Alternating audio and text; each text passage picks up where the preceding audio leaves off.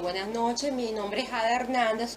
Yo les voy a hablar referente a sujetos en el derecho del trabajo, que es una persona natural que realiza una labor de cualquier clase por cuenta ajena y bajo la dependencia de otra. La prestación de sus servicios debe ser remunerada. Su característica del trabajador, bueno, es una persona natural debido al carácter personalísimo de obligación. Solo puede ser ejecutado por personas naturales. La labor que realiza es por cuenta ajena. El esfuerzo empleado no se traduce en beneficio directo para sí, sino para otro. La actividad realizada debe efectuarse bajo la subordinación o dependencia de otra persona.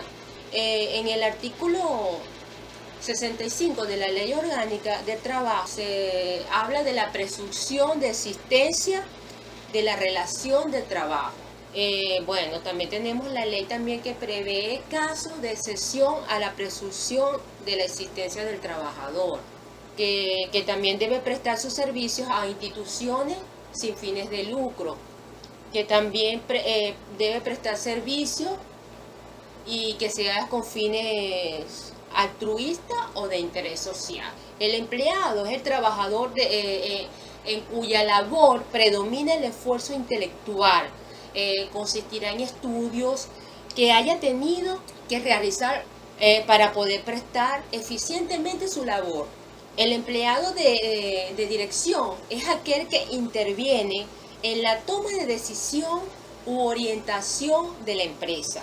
También tenemos el trabajador de confianza, que es aquel cuya labor implica el conocimiento personal de secretos industriales o comerciales del patrón. Le voy a dar el pase a mi compañero Jesús. Gracias. Buenas, mi nombre es Jesús Rodríguez. A continuación voy a hablarles de categoría de trabajadores según legislación, según cualidad de trabajo. Estas categorías son trabajadores y trabajadoras que realizan labores para el hogar, trabajadores o trabajadoras a domicilio, protección del salario, trabajadores y trabajadoras del deporte profesional en cuanto a su jornada, los trabajadores y trabajadoras agrícolas, trabajadores en el transporte terrestre, trabajadoras en el navegación marítima y fluvial y lacustre, la cual todas ellas se encuentran inmersas en el título 4 de la Ley Orgánica del Trabajo, lo de los trabajadores y las trabajadoras, del decreto número 8938 de fecha 30 de abril del 2012, la cual establece que las modalidades especiales de condiciones de trabajo se establecerá de acuerdo a las leyes especiales y las leyes especiales para la dignificación de trabajadores y trabajadoras residenciales. En cuanto a su promulgación respectiva, la ley especial se igualan los derechos de los trabajadores y trabajadoras en labores para el hogar en lo establecido en la ley para los demás trabajadores. Igualmente, a los trabajadores y trabajadoras a domicilio se le otorga el derecho de seguridad social, así como los límites de las jornadas y el derecho a los 2 días de descanso que tienen los demás trabajadores y trabajadoras. Al igual que a los trabajadores y trabajadoras deportistas, profesionales, agrícolas, de transporte terrestre, el trabajador aéreo, el transporte marítimo, fluvial y lacustre, motorizado y de la cultura. Todos ellos están inmersos en la garantía de todas esas partes laborales. Se establece la obligación a los patronos y patronas de incorporar en su nómina el 5% de los trabajadores y trabajadoras con discapacidad en corresponsabilidad con la Sociedad para el Desarrollo y la entidad de trabajo, con la participación de las organizaciones sociales, comunales y los trabajadores y trabajadoras, así como establecer programas de formación, concientización, y se establecerá una ley especial que regirá las condiciones laborales de los trabajadores con discapacidad. Muy buenas tardes, gracias. Buenas tardes, mi nombre es Nairobi Santoya y voy a hablar sobre el trabajo en el transporte aéreo, los trabajadores culturales, los trabajadores motorizados y, por último, de la inclusión laboral de las personas con discapacidad y su derecho a un trabajo digno. Trabajadores en el transporte aéreo. La Ley de Aviación establece el concepto de aeronave como todos los vehículos que pueden elevarse, sostenerse en el aire, destinadas al transporte de personas o cosas. Asimismo, en la sección 3 de la Ley Orgánica del Trabajo, los trabajadores se establecen las condiciones de este sector, además de lo dispuesto en las leyes especiales y convenios internacionales de aviación civil ratificados por Venezuela. En la misma se detallan lo siguiente: se considera representante del patrono al gerente de operaciones, jefe de piloto y cualquier otra persona que realice funciones análogas. El patrono se encargará de proporcionar alimentos, alojamiento, transporte y dinero al trabajador tripulante cuando permanezca fuera de su base. Las obligaciones que tienen los trabajadores y tripulantes es velar que los pasajeros cumplan con los requisitos legales, tengan los documentos vigentes y cumplir con las normas relativas a la importación y exportación de mercancías. En el caso de los trabajadores de la cultura, cuando realizan actividades propias de su profesión o oficio y de tal forma tengan una relación laboral con cualquier patrón, esté trabajando temporal o permanentemente, tendrán la protección de esta ley y de las disposiciones reglamentarias establecidas. Para los trabajadores motorizados que prestan su servicio bajo dependencia o por cuenta propia como mototaxistas, repartidores y mensajeros, serán protegidos por las disposiciones de esta ley y de las demás normas legales en materia laboral, aunque sean propietarios del ciclomotor en el que realizan sus actividades. En caso de avería, el mantenimiento del vehículo estará a cargo del patrón, así como los gastos de concepto de combustible necesarios para la prestación del servicio. A falta de acuerdo entre las ambas partes, también correrá por cuenta del patrón el seguro de responsabilidad civil y del vehículo y el conductor.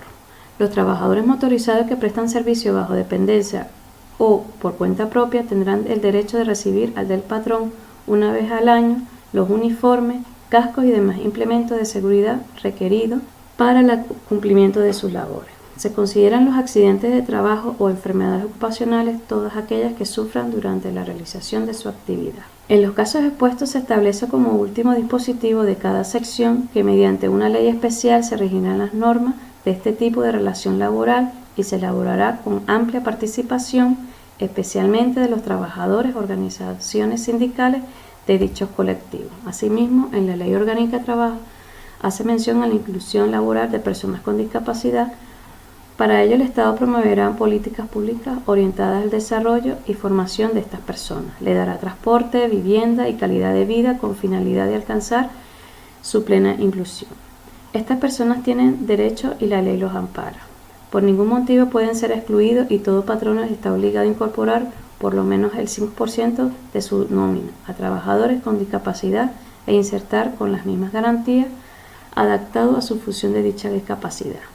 No se podrá establecer discriminación alguna. A continuación le damos paso al señor Víctor Jiménez. Víctor Manuel Jiménez. Define el artículo 40 de la Ley Orgánica del Trabajador, de los Trabajadores y las Trabajadoras, que el patrono o patrona es toda persona natural o jurídica que tenga bajo su dependencia a uno o más trabajadores o trabajadoras en virtud de una relación laboral en el proceso social del trabajo. Cuando se define el patrono, se busca un objetivo determinado, que no es más que la responsabilidad de las cargas laborales. Ese debe ser el norte de la definición de patrón o patrona. El patrono se identifica como la persona física que contrata a los trabajadores, organiza y fiscaliza el trabajo diario, ejerce el poder de mando y de disciplina que le confiere la subordinación, facilita la materia prima, las herramientas, el local y en general lo necesario para que el empleado u obrero preste el servicio convenido finalmente. El patrono luce dibujado como la persona que recibe y dispone del trabajo ejecutado, asumiendo el riesgo de la empresa. Los elementos que definen en este caso al patrono sería la persona natural o jurídica, el que actúa en nombre propio o tiene a su cargo una empresa, un establecimiento, y aquel que ocupa a trabajadores, no importa el número de los mismos. En cuanto a las funciones del patrón, la función primordial es la de crear, mantener, de ofrecer empleo en el sentido de puestos de trabajo. Ese empleo debe ser libre y decente. Tipifica la Ley Orgánica del Trabajador, de los Trabajadores, del Trabajo de los Trabajadores y las Trabajadoras, en su artículo número 41, que el representante del patrono se considera a aquella persona natural que en nombre y por cuenta de este ejerza funciones jerárquicas de dirección o administración, es decir, lo representa entre terceros y terceras. Los directores, gerentes, administradores, jefes o jefes de relaciones industriales, entre otros, que ejerzan funciones de dirección o administración, se considerarán representantes del patrono o de la patrona, aunque no tengan poder de representación, y obligarán a su representado o representada para todos los fines derivados de la relación de trabajo, de conformidad con lo establecido en el artículo 37 de la Ley Orgánica del trabajo de los trabajadores y las trabajadoras. El trabajador de dirección debe intervenir en la toma de decisiones u orientaciones de la entidad de trabajo. Dichas decisiones deben ser las denominadas grandes decisiones. ¿A qué nos referimos cuando hablamos de estas grandes decisiones? Las grandes decisiones podemos decir que son las que versan sobre la producción, las inversiones o negocios que afecten el patrimonio de la empresa, la contratación o remoción de personal, la venta de bienes, la celebración de contratos, entre otros asuntos, es decir, la operatividad del negocio como tal. Las actuaciones o negocios jurídicos que celebre el trabajador de dirección en ejercicio de sus funciones tienen capacidad de obligar al patrono, pues éste actúa en su representación. La figura del contratista, tipificada en la Ley Orgánica del Trabajo de los Trabajadores y las Trabajadoras, en su artículo 49 especifica que son contratistas las personas naturales o jurídicas que mediante contrato se encargan de ejecutar obras o servicios con sus principios elementales, sus propios elementos, recursos propios y con trabajadores y trabajadoras bajo su dependencia. La característica particular, en este caso del contratista, sería, primero, la obra que ejecuta es contratada en beneficio ajeno, pero por un precio total determinado. El contratista actúa con sus propios medios y asumiendo la totalidad de los riesgos. Y el contratista posee autonomía en cuanto a la ejecución del trabajo en el aspecto técnico y de dirección. Ahora los dejo en compañía con la compañera Belkis Báez.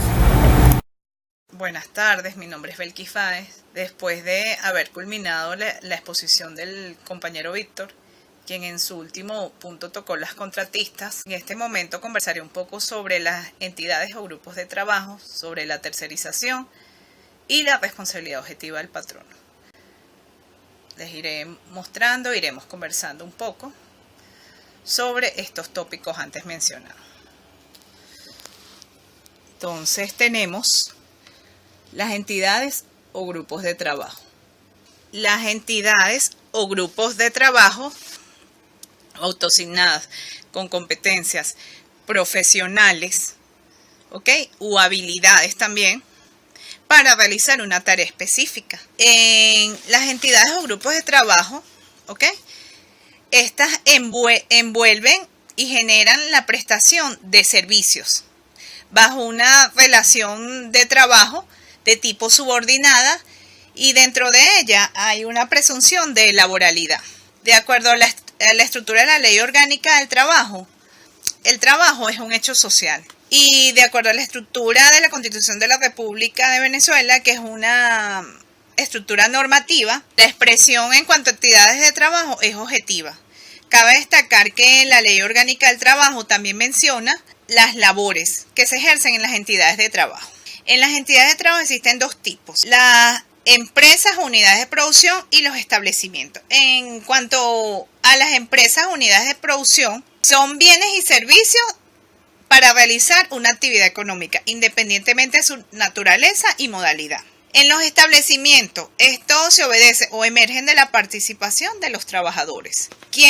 Estos trabajadores son permanentes y ellos son subordinados y van a ejecutar una misma tarea. Aquí hay relaciones subordinadas.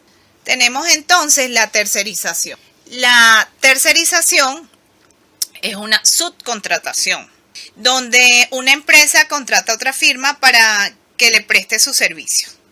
Esto no implica relaciones laborales con los trabajadores, sino con la contratista, que es la que provee sus empleados para que preste el servicio como tal. ¿Cuáles son los fines? Los fines para una empresa al aplicar la tercerización. Bueno, desvirtuar principalmente la legislación laboral, es decir, lo que establece el artículo 94 de la Constitución. El ahorro económico, es decir, ahorrar económicamente en cuanto al pago de beneficios contractuales o sobre el paquete salarial, pues como tal. Evita la quiebra y las deudas sofocantes para la empresa. Al mismo tiempo, en cuanto a los trabajadores, evita la capacitación laboral. evita mantener un personal permanente todo el tiempo, ya que a través de la contratación de una firma van a asistir a esta empresa trabajadores para realizar una actividad en un tiempo determinado. Igualmente, evita la infelicidad por parte de los trabajadores en cuanto a la lucha por beneficio o la infelicidad por falta de pagos, pues. De acuerdo a la Ley Orgánica del Trabajo, en su artículo 47, él denomina la tercerización, que es la simulación de fraude del patrono o patrona a nivel general.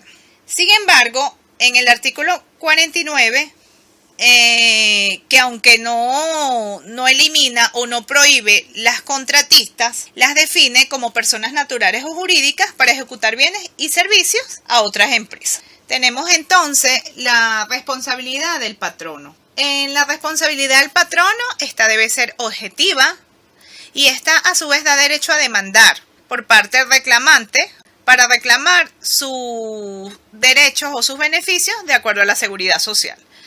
El patrono debe cumplir las normas que están consagradas tanto en la Constitución como en la Ley Orgánica del Trabajo. En el caso que sea necesario, el patrono debe indemnizar por daño y estas decisiones o estas determinaciones las va a tomar la Sala de Casación del Tribunal Supremo de Justicia. Dentro de las indemnizaciones existen varias, voy a mencionar algunas. Tenemos la entidad, que es el daño físico o psíquico.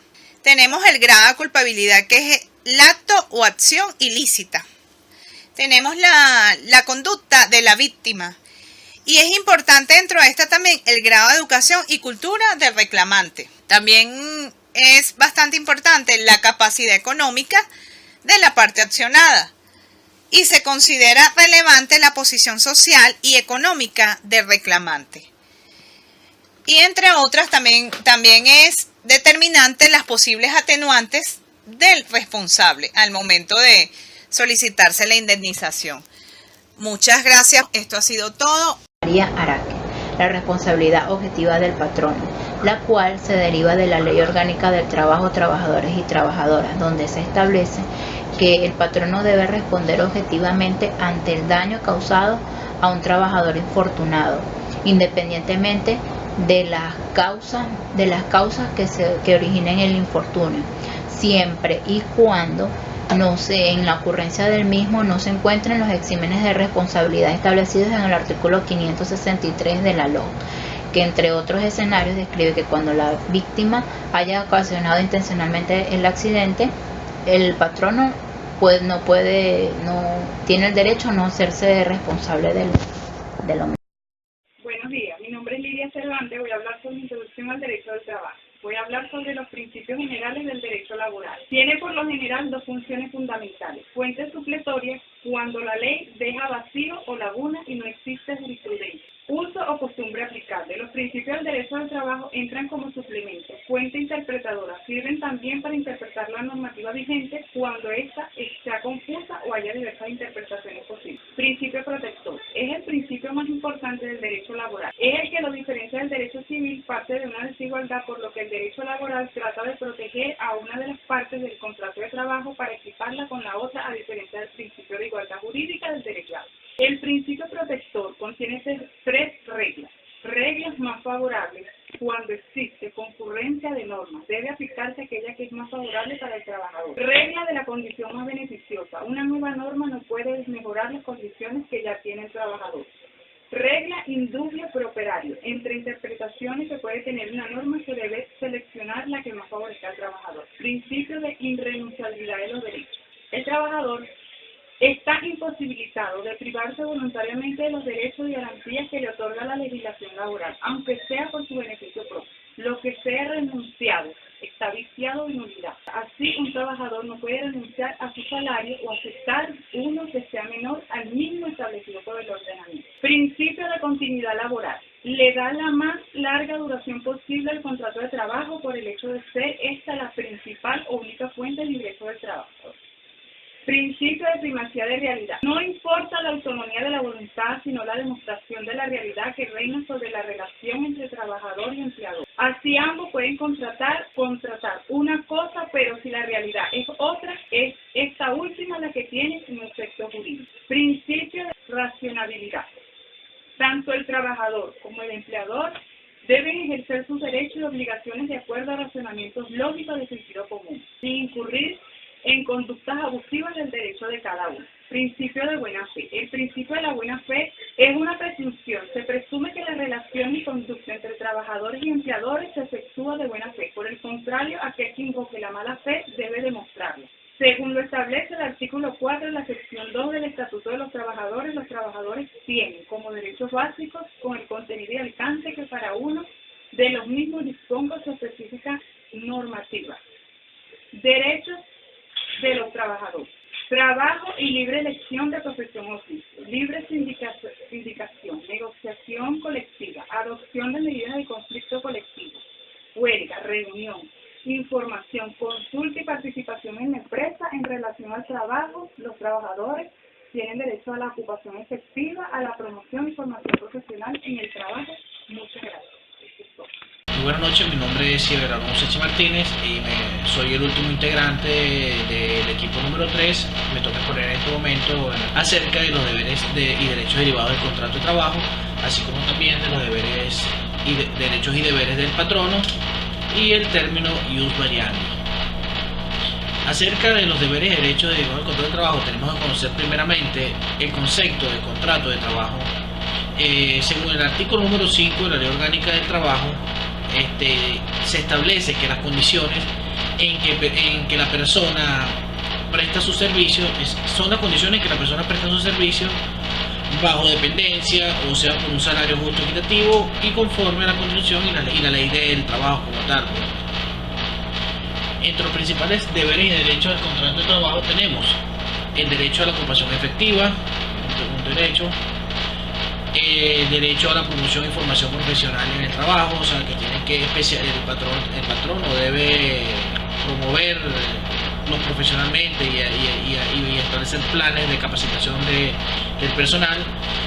También tienen derecho a no ser discriminados directa o indirectamente para el empleo, derecho a su integridad física, derecho al respeto y su intimidad, a la consideración debida y dignidad, derecho a la percepción puntual y remuneración pactada y legalmente establecida de acuerdo al contrato de trabajo. Tiene derecho el trabajador de ejercer el ejercicio individual de las acciones derivadas de su contrato de trabajo, y tiene como principales deberes cumplir con las obligaciones. Dentro del contrato de trabajo tiene que cumplir con las obligaciones concretas que están pactadas en ese contrato, observar las medidas de seguridad e higiene que se adopten. También debe cumplir las órdenes e instrucciones del empleador, del empresario, en ejercicio regular en sus funciones directas, y contribuir al mejoramiento de la productividad. Cuando hablamos de los deberes y derechos del patrono, tenemos lo siguiente. El poder de dirección es un derecho, el poder de variación es otro derecho, el poder disciplinario, o sea que él tiene la forma de llevar la dirección, la batuta del empleado, el poder también de variar el tipo de actividad que pueda ofrecerle a sus empleados directos, y también en la parte disciplinaria, si falló tiene que sancionarlo de acuerdo a la ley. Y tiene como deber primero los deberes profesionales. Tiene que un deber comportarse moralmente y éticamente ante sus empleados con respeto a la intimidad y a la dignidad del trabajador. Tiene unos deberes físicos que adecua de adecuada política de seguridad e higiene en el trabajo. Tiene derechos económicos de pagar algo de salario o la cuota que el trabajador, y la seguridad social. Ese es el deber de él. Tiene que velar por su salario devengado por su actividad de trabajo y por los beneficios socioeconómicos que él establece la ley. Por último vamos a hablar del ius variandi. El ius variandi no es nada más y nada menos que la facultad que tiene el patrono para cambiar de lugar, para un cambio de lugar de trabajo del empleado o alteración de su jornada laboral, establecer cambios laborales también, cambios de prestaciones sociales, cambios de la remuneración. Todo eso es la facultad que tiene el patrono. El límite de la aplicación del ius variandi es el triple filtro enmarcado por primeramente, razonabilidad, que no sea arbitraria. Segundo, funcionalidad que obedezca a un motivo atendible. Y C, indignidad del trabajador que no le provoque un menoscabo a su patrimonio moral o que le ocasione un perjuicio material o que le sea adecuadamente compensado. A eso nos referimos al término ius variandi. Una reflexión personal acerca de la relación laboral y el ius variandi es que la relación existente del trabajador-patrono debe basarse en todo momento en el respeto, obediencia y la subordinación en todos sus aspectos, y sobre todo en la salvaguarda de sus deberes y derechos inalienables surgidos de dicha relación. Eso es todo. Muchas gracias.